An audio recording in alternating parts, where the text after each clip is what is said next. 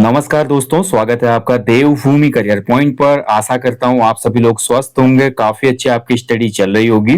तो लगातार चैनल पे आपको टेस्ट सीरीज उपलब्ध कराई जा रही है उत्तराखंड जी के सामान्य हिंदी और सामान्य अध्ययन की। आज सामान्य अध्ययन टेस्ट नंबर 163 देखेंगे। इसके अलावा मैं आपको दिन में रीजनिंग की भी टेस्ट सीरीज उपलब्ध करा रहा हूं, यानी कि आगामी जो आपका एग्जाम होने वाला है ग्रुप सी का, उसका पूरा जो सिलेबस है, पैटर्न है, उस पर आपको टेस्ट सीरीज रिवीजन करने के लिए लगातार चैनल पे दी जा रही है। तो इनका आप लाभ उठाइए। आपको 100% बेनिफिट इन सभी टेस्ट सीरीज का मिलेगा आने वाले ग्रुप सी एग्जाम में, साथ ही यूकेपीएससी के एग्जाम्स में भी। ठीक है, तो टेस्ट सीरीजों को फॉलो करो। उसके साथ साथ जो हमारी रिवीजन क्लास महाकुंभ आ रही है उत्तराखंड जीके और सामान्य हिंदी की, उसको भी आप फॉलो कीजिएगा। तो चलिए शुरू करेंगे आज सामान्य अध्ययन टेस्ट सीरीज पार्ट 163। ठीक है, पहला क्वेश्चन देखते हैं। चलिए तो शुरू करते हैं। पहला क्वेश्चन देखते हैं। अरे पहला क्वेश्चन है, हिंदी का क्वेश्चन कहां से आ गया इसमें। चलिए कोई नहीं, इसको सॉल्व करते हैं। निम्न में से कौन सा प्रारूप गजट में पेश होता है। ये सामान्य हिंदी का क्वेश्चन आ गया इसमें, जिसके लिए मैं त्रुटि के लिए माफी चाहता हूँ। ठीक है, ये सामान्य हिंदी का प्रश्न है। पत्रकारिता जो कार्यालय पत्र होते हैं वहां से आपका क्वेश्चन बना है। तो कौन सा प्रारूप गजट में आता है, ये तो आपका बहुत सिंपल क्वेश्चन है। देखिए, जो भी अधिसूचना होती है सरकार की, वो अधिसूचना हमेशा गजट में छपती है। ठीक है, गजट वैसे देखा जाए अमूमन भारत में आपको एक तो केंद्र सरकार का गजट आता है, जिसमें आपके सेंट्रल गवर्नमेंट की अधिसूचनाएं होती हैं। एक राज्य सरकार का भी गजट होता है, ठीक है, जिसमें आपकी राज्य सरकार की सूचनाएं होती हैं। तो आंसर हो जाएगा ऑप्शन ए। ठीक है, चलिए आगे देखेंगे। अब जीएस के क्वेश्चन आ जाएंगे। कौन सा देश G20 में शामिल नहीं है। निम्न में से कौन सा देश है जो G20 में नहीं है। देखिए, G20 जो समूह है, ये दुनिया की उभरती हुई अर्थव्यवस्थाओं के जो देश हैं उनका एक ग्रुप है। ठीक है, और G20 की स्थापना हुई थी आपकी 26 सितंबर 1999 को। ठीक है, इसका मुख्यालय कहाँ है अगर मैं आपसे पूछूं, तो इसका कहीं भी मुख्यालय नहीं होता है। हर देश को इसको होस्ट करने, जो इसके समिट होते हैं, सम्मेलन होते हैं, तो प्रत्येक देश इस समिट को अपने देश में आयोजित करता है, जो भी मेंबर कंट्रीज हैं। आपको पता है ना, भारत ने भी किया था, वसुधैव कुटुंबकम थीम दी गई थी काफी कुछ टाइम पहले। तो G20 में इनमें से कौन सा देश नहीं है। जापान है, भारत है, इटली है, पेरू नहीं होगा इसमें। ठीक है, तो ऑप्शन ए राइट आंसर हो जाएगा इसका, पेरू। चलिए आगे बढ़ेंगे अगले क्वेश्चन की तरफ। उत्तरी अमेरिका में गदर नामक अखबार को किस भाषा में प्रकाशित किया गया था। तो देखिए, गदर नामक जो अखबार था भाई, इसको उत्तरी अमेरिका, स्पेशली जो सैन फ्रांसिस्को था, तो सैन फ्रांसिस्को से ये अखबार निकला था। अमेरिका का एक प्रांत है ये। और इस अखबार को शुरू किया गया था आपका कहा 1 नवंबर 1913 से। और दिए गए विकल्पों में भैया ये मराठी में भी छपता था, गुजराती में भी था, अंग्रेजी में भी था। ठीक है, यानी कि ऑप्शन डी हो जाएगा, ऑल ऑफ द अबव हो जाएगा। ऑप्शन डी सही है, उपरोक्त सभी भाषाओं में। ठीक है, चलिए मुझे कमेंट बॉक्स में कमेंट कीजिएगा, गदर नामक जो ये अखबार आया था, न्यूज़पेपर आया था, इसको किसने एडिट किया था, प्रकाशित किया था, बताइए मुझे कमेंट में। प्रति व्यक्ति कर किस सूची के अंतर्गत आएगा दिए गए विकल्पों में। तो जो पर कैपिटा टैक्स कह सकते हैं हम इसको, या जो प्रति व्यक्ति टैक्स होता है, ये निम्न में से किस सूची में आता है। तो प्रति व्यक्ति जो टैक्स होता है, ये राज्य सूची का विषय है। ठीक है, तो ऑप्शन बी हो जाएगा इसका उत्तर, राज्य सूची। चलिए आगे बढ़ेंगे अगले क्वेश्चन की तरफ। उधम सिंह ने लंदन में किस की हत्या की थी निम्न में से। ठीक है, तो उधम सिंह जो कि हमारे एक महान क्रांतिकारी थे, उधम सिंह जब जवान हुए भाई, इनको पता चला जो जलियांवाला घटना हुई थी। ठीक है, जलियांवाला आप सभी को पता ही है। जलियांवाला में निर्दोष जो भीड़ थी उस पर गोली चला दी गई थी। ठीक है, किसके कहने पे, जनरल ओ डायर के कहने पे। तो ऑप्शन बी इसका राइट आंसर हो जाएगा। ये गवर्नर था उसमें, इसके कहने पे दूसरे डायर ने यहाँ पे भीड़ पे गोलियां चलाई थी, और जिसमें बहुत से मासूम बच्चे, महिलाएं, बहुत से पुरुष वगैरह काल कलवित हो गए। ठीक है, और ये घटना आपकी हुई थी 13 अप्रैल 1919 को। इसी जलियांवाला जो घटना थी, इंसिडेंट का बदला लेने के लिए उधम सिंह लंदन गए, और लंदन में जाके जनरल ओ डायर को गोलियां मार दी, और इसकी यहीं पे हत्या हो गई थी, मौत हो गई थी। तो उधम सिंह भाई बहुत कम उम्र में ही फिर इनको फांसी की सजा दी गई। 31 जुलाई 1940 में इनको वहीं पे फांसी की सजा सुनाई गई। ठीक है, और ये वही उधम सिंह है जिनके नाम पर हमारे उत्तराखंड के एक जनपद का नाम उधम सिंह नगर है। ठीक है, चलिए आगे बढ़ेंगे। वी द पीपल हमारी प्रस्तावना में किस देश से लिया गया है। तो देखिए, जो हमारे कॉन्स्टिट्यूशन में प्रस्तावना है, प्रीएम्बल है, उसमें we the people of India आता है ना। तो ये हमने जो प्रस्तावना लिया है, ये कॉन्स्टिट्यूशन ऑफ यूएसए से लिया है, यानी कि अमेरिका इसका राइट आंसर हो जाएगा। ठीक है, अमेरिका के संविधान से, ऑप्शन ए। चलिए आगे बढ़ेंगे अगले क्वेश्चन की तरफ। 1873 से 76 के मध्य जो पाबना विद्रोह चला था, या पाबना की क्रांति भी बोलते हैं इसको, ये कहां पर घटित हुआ था? तो पाबना जो हुआ था विद्रोह या क्रांति, ये घटित हुई थी बंगाल में। ऑप्शन सी इसका राइट आंसर हो जाएगा, ठीक है, बंगाल। चलिए आगे बढ़ेंगे अगले क्वेश्चन की तरफ। संविधान लागू होते समय कुल कितनी अनुसूचियां थी? तो देखिए, जब भारतीय संविधान लागू हुआ था उस समय कुल जो अनुसूचियां थी, पहले तो अनुच्छेद जान लो आप। टोटल जो अनुच्छेद थे कितने थे? 395 थे। मूल संविधान में 395 अनुच्छेद आर्टिकल थे एंड 8 शेड्यूल्स थी, ठीक है, ऑप्शन बी हो जाएगा इसमें। 8 अनुसूचियां थी। वर्तमान में कितनी अनुसूचियां हैं? तो वर्तमान में 12 शेड्यूल्स हैं, ठीक है, 12 अनुसूचियां। चलिए आगे बढ़ेंगे अगले क्वेश्चन की तरफ। कारखाना अधिनियम 1891 किस वायसराय के समय पे बना था? तो देखिए, जो कारखाना अधिनियम आया था 1891 वाला, इस समय भारत का वायसराय था लॉर्ड लैंसडाउन, ठीक है, ऑप्शन डी हो जाएगा। इसमें एक क्वेश्चन और बनता है, पहला कारखाना अधिनियम जो आया था 1881 का, ये किसके टाइम पे आया था? तो पहला वाला जो आया था 1881 में, इस समय था रिपन, ठीक है, पहला वाला रिपन के टाइम पे आया था। लेकिन यहाँ पे क्वेश्चन में 1891 का पूछ रहा है कारखाना अधिनियम, तो ये आया था लैंसडाउन के टाइम पीरियड पे। चलिए आगे बढ़ेंगे। 2011 की जनगणना के अनुसार किस राज्य की दशकीय वृद्धि दर सर्वाधिक रही? तो दिए गए विकल्पों में सबसे ज्यादा जो दशकीय वृद्धि दर रही जनसंख्या में, वो मेघालय की थी, ठीक है, ऑप्शन सी इसका राइट आंसर हो जाएगा। मेघालय की जो वृद्धि दर थी वो आपकी कितनी थी? 27.8% थी, ठीक है। अगर मैं ओवरऑल इंडिया की बात करूं तो इंडिया की जो डिकेड ग्रोथ रेट थी वो थी आपकी कितनी? 17.7%, ठीक है, बार बार एग्जाम में पूछता भी है ये, ठीक है। और सबसे कम किस राज्य की थी? तो नागालैंड की सबसे कम थी। नागालैंड की जो वृद्धि दर थी वो क्या थी? माइनस में थी, ठीक है, ऋणात्मक थी, ऋणात्मक, नेगेटिव। कितनी थी? तो 0.5% बढ़ी, घटी थी, माइनस का, यानी कि पॉपुलेशन नागालैंड की घटी 2001 से 11 के बीच में। चलिए आगे बढ़ेंगे। दक्षिण अफ्रीका में टॉलस्टॉय फार्म की स्थापना किसने की थी? तो टॉलस्टॉय जो फार्म बनाया था दक्षिण अफ्रीका में, उस समय देखिए जो ये दौर चल रहा था दक्षिण अफ्रीका में, काफी नस्ल भेद हो रहा था वहां पे ना, गोरे काले वाला सीन हो रहा था। तो इसी की राजनीतिक चेतना के लिए इस फार्म की स्थापना की थी महात्मा गांधी ने 1910 में। ऑप्शन ए राइट आंसर हो जाएगा, 1910 में, ठीक है, सन 1910 में। आगे बढ़ेंगे। नालको कंपनी की स्थापना किस देश के सहयोग से हुई थी? देखिए, नालको जो कंपनी है ना, इसकी स्थापना हुई थी 1981 में, ठीक है, नालको कंपनी। तो नेशनल एल्यूमिनियम कंपनी इसको कहा जाता है, एल्यूमिनियम कंपनी है ये। और देखा जाए तो इसमें कोई भी ऐसा देश नहीं था जिसका सहयोग लिया गया, ये भारत में ही इसकी स्थापना हुई थी 1981 में, भुवनेश्वर में इसका मुख्यालय है, ओडिशा के। तो यहाँ पर देखिए मेरे को इसमें थोड़ा डाउट है, ठीक है, इस क्वेश्चन को रिचेक करेंगे, आप लोग भी चेक करिएगा, नेक्स्ट जो पार्ट आएगा उसमें मैं इसको इंक्लूड करूंगा, ठीक है। नालको में मुझे नहीं लगता कोई भी देश था, क्योंकि ये देसी कंपनी है अपनी। चलिए आगे बढ़ेंगे। सेबी द्वारा किस वर्ष से कार्य शुरू किया गया था? ठीक है, तो सेबी क्या है? सबसे पहले देखिए, securities exchange board of India, ठीक है, securities and exchange board of India इसको कहा जाता है। यानी कि जो हम शेयर मार्केट में स्टॉक्स लेते हैं, एसआईपीस करते हैं, शेयर खरीदते हैं, शेयर बेचते हैं, जो भी कंपनी लिस्टेड होते हैं, साथ ही जो आईपीओ जारी किया जाता है, ये सभी इस पे निगरानी रखने का काम होता है सेबी का, ठीक है। सेबी की स्थापना हुई थी 1988 में, लेकिन इसको वैधानिक दर्जा मिला था जब से इसने काम करना शुरू किया। तो सही उत्तर हो जाएगा 1992, ठीक है। सेबी की स्थापना तो हुई थी 88 में, 1988 में, लेकिन इसको जो संवैधानिक दर्जा मिला सरकार से वो आपका 1992 में मिला। तो ऑप्शन डी इसका बिल्कुल सटीक उत्तर होगा, ठीक है।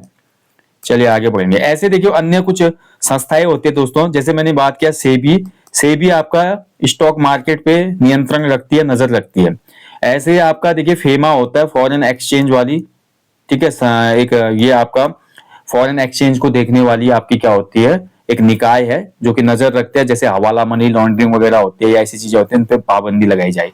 ऐसे भैया आपका बीमा कंपनियों पे नजर रखते हैं इरिडई, ठीक है, IRDAI, insurance regulatory development authority of India. जो भी बीमा कंपनी, जैसे हम मेडिकल इंश्योरेंस लेते हैं, लाइफ इंश्योरेंस लेते हैं, टर्म इंश्योरेंस लेते हैं, व्हीकल इंश्योरेंस लेते हैं अपना, इन सभी बीमा कंपनियों पे नजर रखते हैं इरिडई। ऐसे ट्राई होती है telecom regulatory India authority of India, ठीक है। ये ट्राई कंपनी जितनी भी दूरसंचार कंपनी, जैसे बीएसएनएल हो गई, बीएसएनएल के अलावा जो भी प्राइवेट कंपनी है, जियो, एयरटेल, वोडाफोन आइडिया, ठीक है, इन कंपनियों पे नजर रखती है, ठीक है। तो ये कई बार एग्जामों में पूछ लेता है इन संस्थाओं के बारे में। ऐसे बैंकों का जो नियंत्रण करता है कौन करता है? RBI, reserve bank of India. ठीक है, तो ये आपको अच्छे से आना चाहिए, इसमें कंफ्यूजन नहीं होना चाहिए आपको। चलिए आगे बढ़ेंगे। मुद्रा स्वयं मुद्रा का निर्माण करती है। जो भी करेंसी होती है ना, वो खुद ही करेंसी का निर्माण करती है। तो ये किसका स्टेटमेंट है दिए गए विकल्पों में? तो ये स्टेटमेंट है क्रोमर का, ऑप्शन बी हो जाएगा इसका। ठीक है, क्रोमर ने स्टेटमेंट दी थी।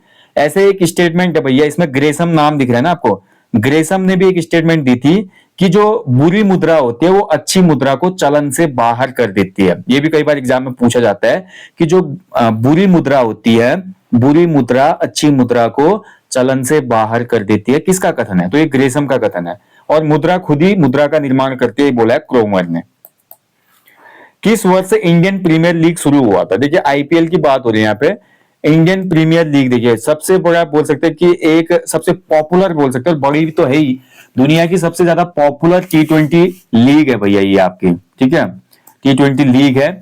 और ध्यान रखेंगे दोस्तों, ये आपका शुरू हुई थी 2008 में, ऑप्शन सी। ठीक है, आईपीएल को कंट्रोल कौन करता है? तो इसको बीसीसीआई ही कंट्रोल करता है, ध्यान रखेंगे। ठीक है, और आप मेरे को आप कमेंट करके बताइए 2024 आईपीएल टीम विनर कौन है? किसने 2024 का आईपीएल जीता था? कौन सी टीम थी, बताइए। आगे बढ़ेंगे। भारत में किसान क्रेडिट कार्ड योजना किस वर्ष से शुरू हुई थी? ठीक है, तो केसीसी की बात हो रही है यहाँ पे, केसीसी, किसान क्रेडिट कार्ड। तो किसानों को देखिए जो मूलभूत उनकी जरूरतें हैं उसके लिए एक अग्रिम राशि उपलब्ध कराने के लिए क्रेडिट कार्ड जारी किए गए थे, ताकि किसान पहले से खाद वाद ले सके और अन्य जो बीज वगैरह है उनका क्रय कर सके। ठीक है, बाद में चुका सके जब वो फसल बेचेंगे। तो ये योजना शुरू हुई थी 1998-99 के आसपास। तो 98 इसमें सही उत्तर हो जाएगा, 1998। आगे बढ़ेंगे। निम्न में से कौन हरित क्रांति के फलस्वरूप नहीं हुआ था? तो भारत में जो हरित क्रांति हुई थी उसका एक यहाँ पे बोल सकते हैं कि उसकी वजह से कौन सा इसमें सही नहीं है। तो हरित क्रांति के जनक कौन माने जाते हैं भारत में? तो ये माने जाते हैं एस स्वामीनाथन जी। ठीक है, स्वामीनाथन भारत में हरित क्रांति के जनक, फादर ऑफ ग्रीन रेवोल्यूशनरी कौन माने जाते हैं? एस स्वामीनाथन। ऐसे ही फादर ऑफ हमारा पूछता है जो ऑपरेशन फ्लड है, दुग्ध क्रांति बोलते हैं ना जो, वर्गीज कुरियन। तो ये नाम भी याद रखिएगा। तो भारत में अमीर और निर्धनों के बीच में असमानता में वृद्धि, ठीक है, ये आपका हरित क्रांति के फलस्वरूप हुआ था। ये नहीं पूछ रहे ना। भारत के विभिन्न राज्यों के बीच असमानता में वृद्धि हुई थी। मोटे अनाजों के अधीन क्षेत्रफल में वृद्धि, तो ये हरित क्रांति में नहीं हुई थी, क्योंकि हरित क्रांति में गेहूं के उत्पादन पे जोर दिया गया था, गेहूं चावल में। खाद्यान्नों की प्रति व्यक्ति उपलब्धता में वृद्धि हुई थी, इससे ये सही है। तो ऑप्शन सी इसमें सही नहीं होगा, बाकी सही है। आगे बढ़ेंगे।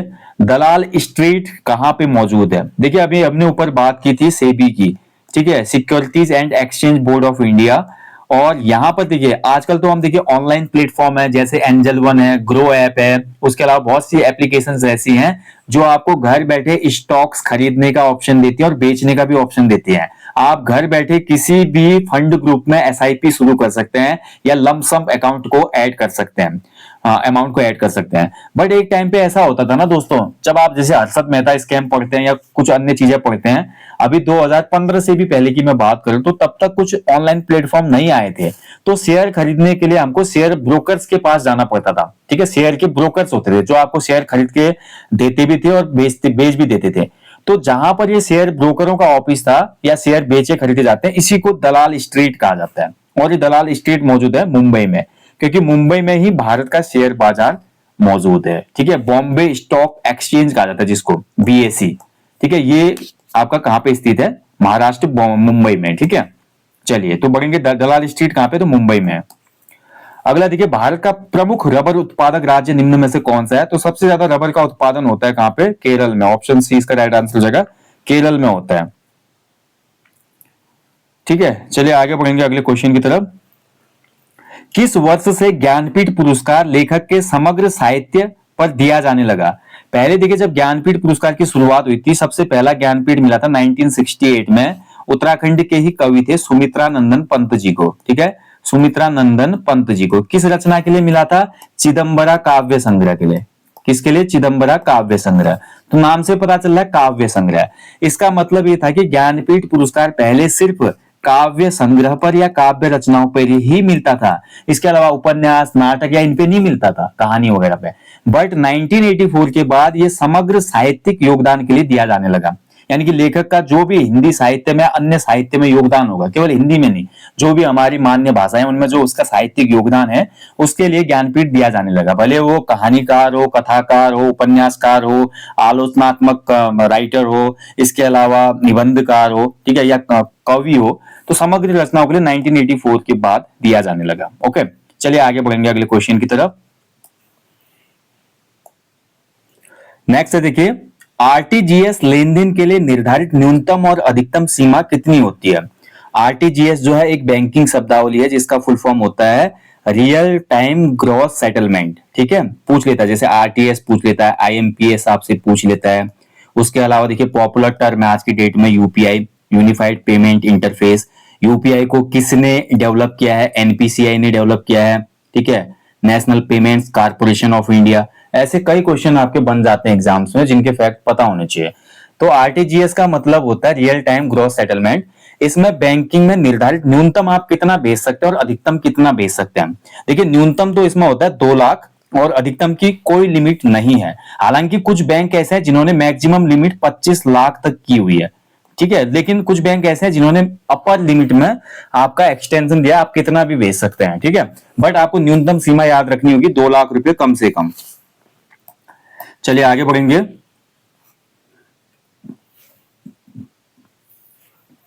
निम्न में से कौन सा सेकेंडरी स्टोरेज डिवाइस नहीं है? तो देखिए कंप्यूटर में जो हम मेमोरी देखते हैं, मेमोरी चैप्टर क्या है, इसमें 2 हम मेमोरी देखते हैं। पहली होती है प्राइमरी मेमोरी, ठीक है, दूसरी होती है सेकेंडरी मेमोरी। ठीक है, प्राइमरी मेमोरी में देखिए आपका आ जाता है रैम, रोम, कैचे, जो कैश मेमोरी कहते हैं हम, रजिस्टर। ठीक है, यानी कि प्राइमरी मेमोरी का मतलब ये होता है जो हमारे सीपीयू में पहले से फीड मेमोरी होती है। मान लीजिए मैंने कंप्यूटर को कोई इनपुट दिया, उस इनपुट को प्रोसेस करने का काम सबसे तेज मेमोरी करती है जो कि आपकी होती है रजिस्टर मेमोरी। ठीक है, ऐसे ही कैश मेमोरी भी होती है, रैम भी यही काम करती है। इसलिए तो आप देखते हैं ना कई बार जब हमारा चलते चलते कंप्यूटर ऑफ हो जाता है तो हमारा प्रोग्राम सेफ नहीं हो पाता, क्योंकि वो आपका किस में रहता है, आपका वॉलेटाइल मेमोरी में रहता है। रैम, कैश, रजिस्टर वगैरह सब क्या होते हैं? वॉलेटाइल मेमोरी होती है, यानी कि मिटने वाली मेमोरी। सेकेंडरी में हमारी नॉन वॉलेटाइल मेमोरी आ जाती है, जैसे कि रोम तो नॉन वॉलेटाइल होता है जो कि प्राइमरी होता है, बट सेकेंडरी में ऐसी मेमोरीज आती है जिनको हम बाहर से ऐड करते हैं कंप्यूटर में, जिसमें आपका पेन ड्राइव सबसे लोकप्रिय है जिसको फ्लैश ड्राइव भी कहते हैं। इसके अलावा जो मेमोरी कार्ड आप यूज करते हो, उसके अलावा हार्ड डिस्क हो गई, ठीक है, एक्सटर्नल एसएसडी हो गई, मैग्नेटिक टेप हो गया, ये सभी क्या है? Hard disk, floppy disk, magnetic tape, ये सभी सेकेंडरी आपकी मेमोरीज होती हैं।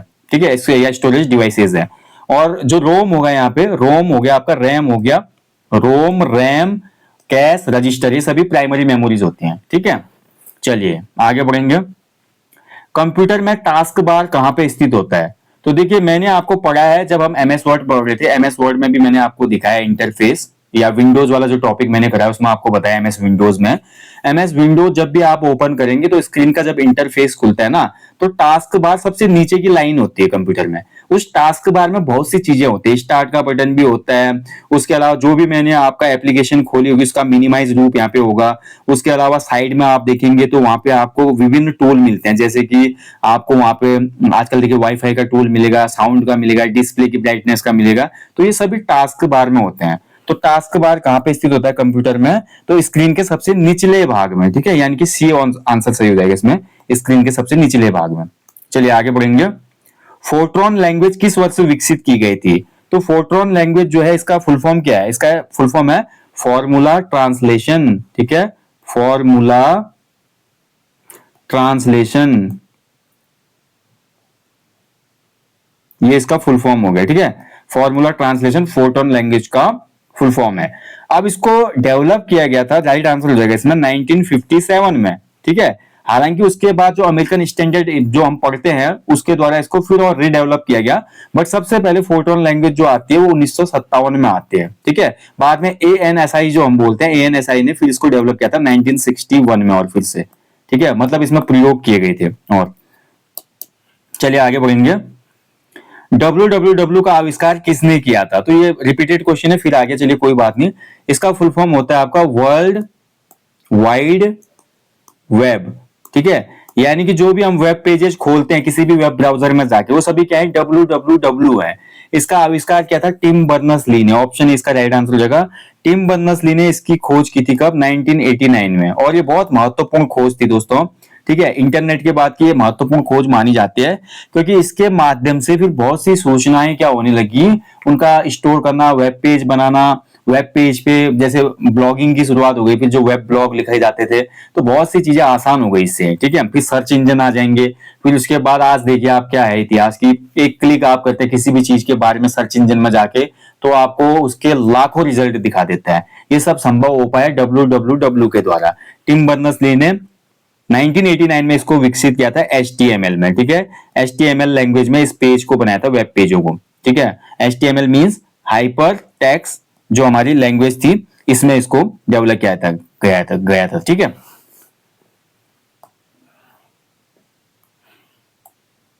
हाइपर टेक्स्ट मार्कअप लैंग्वेज, ठीक है। इसका फुल फॉर्म भी कई बार पूछ लेता है आपसे, हाइपर टेक्स्ट मार्कअप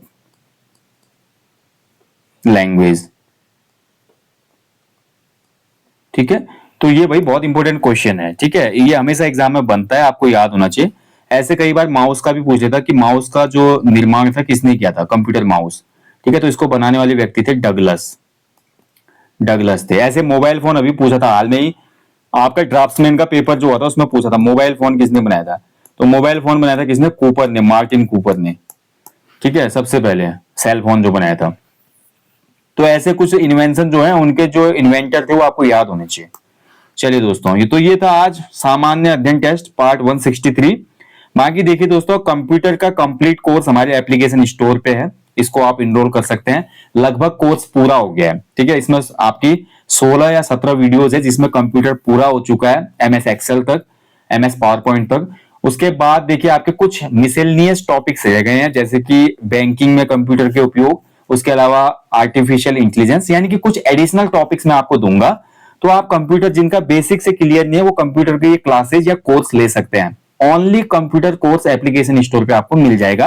प्राइस है ओनली 350, ठीक है। 350 में आपको कंप्लीट कंप्यूटर कोर्स मिल जा रहा है, ठीक है। तो उसमें आपको वीडियो लेक्चर है, वीडियो लेक्चर के साथ हर चैप्टर के इंपोर्टेंट वन लाइनर्स भी दिए गए हैं साथ में, जिससे आपका अच्छा खासा रिवीजन हो जाएगा। उससे बाहर आपका फिर क्वेश्चन नहीं जाता है, अगर अच्छे से आप पढ़ाई कर ले, अपने नोट्स बना ले तो, ठीक है। तो चलिए दोस्तों, यहीं पे सेशन को मैं समाप्त करूंगा। जाने से पहले हमेशा की तरह बोलूंगा यार, अपने जीवन में कम से कम एक पेड़ अवश्य लगाएं और लोगों को भी इसके लिए अवेयर करें। So guys, thank you for watching. जल्दी मुलाकात होगी। जय हिंद, जय देवभूमि।